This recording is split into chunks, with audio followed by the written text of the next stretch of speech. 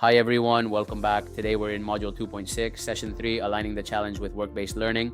Let's start with a reality check. Sometimes learners do a lot at the workplace, but when we assess them at school, we can't clearly connect that work to the challenge criteria.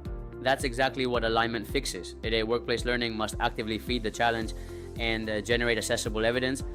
By the end of this short session, you will be able to identify what must be evidenced in the challenge, design workplace tasks that produce that evidence, and map workplace evidence directly to your rubric. So what do we mean by alignment? Think of it as 3 gears that must turn together. Gear 1, the challenge, what learners must achieve. Gear 2, WBL tasks, what learners actually do in the workplace. Gear 3, assessment, how we judge quality using rubrics.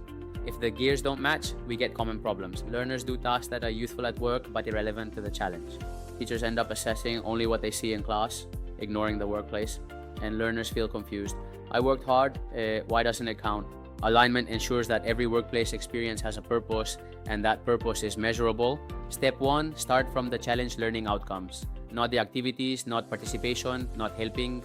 Outcomes are what learners must demonstrate. Ask, what are the non-negotiable outcomes of this challenge? What should learners be able to do at the end? What success looks like in observable terms? Examples of outcomes that are measurable. Communicate professionally with stakeholders. Apply safety and quality procedures consistently. Plan, implement, and evaluate a solution under real constraints. A quick tip, phrase outcomes using action verbs. Plan, produce, present, apply, collaborate, improve. This makes it much easier to create workplace tasks later. Outcome equals action plus context plus standard. Step 2, translate outcomes into authentic workplace tasks.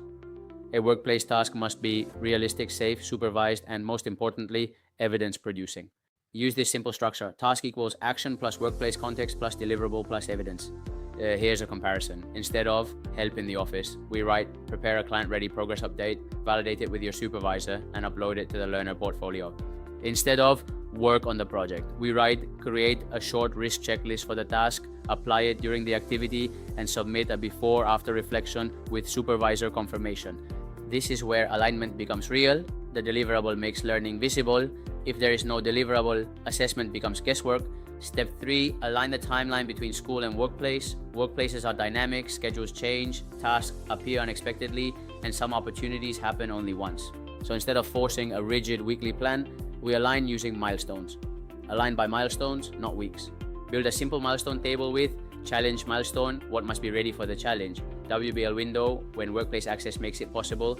Evidence checkpoint, when learners submit proof. Feedback moment, when teachers respond and guide next steps.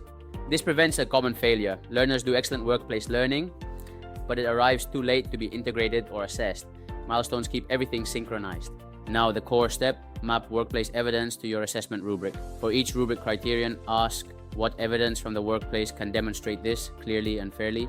You'll usually collect 3 evidence types. Product evidence, outputs like documents, prototypes, checklists, reports. Process evidence, logs, planning notes, iterations, reflections. Performance evidence, observation notes, supervisor checklists, brief feedback forms.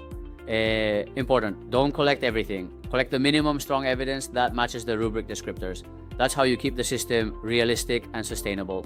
Final step, confirm safety and risk alignment. Ask, are tasks appropriate to learners' level? Is supervision clear? Do we have alternatives if the workplace cannot provide a key activity? And your final output is the Challenge plus WBL integration blueprint, including outcomes, tasks, milestones, evidence sources, rubric alignment, and risk mitigation. This blueprint turns workplace learning into accessible learning, not just time spent. Thanks, and see you in the session activities.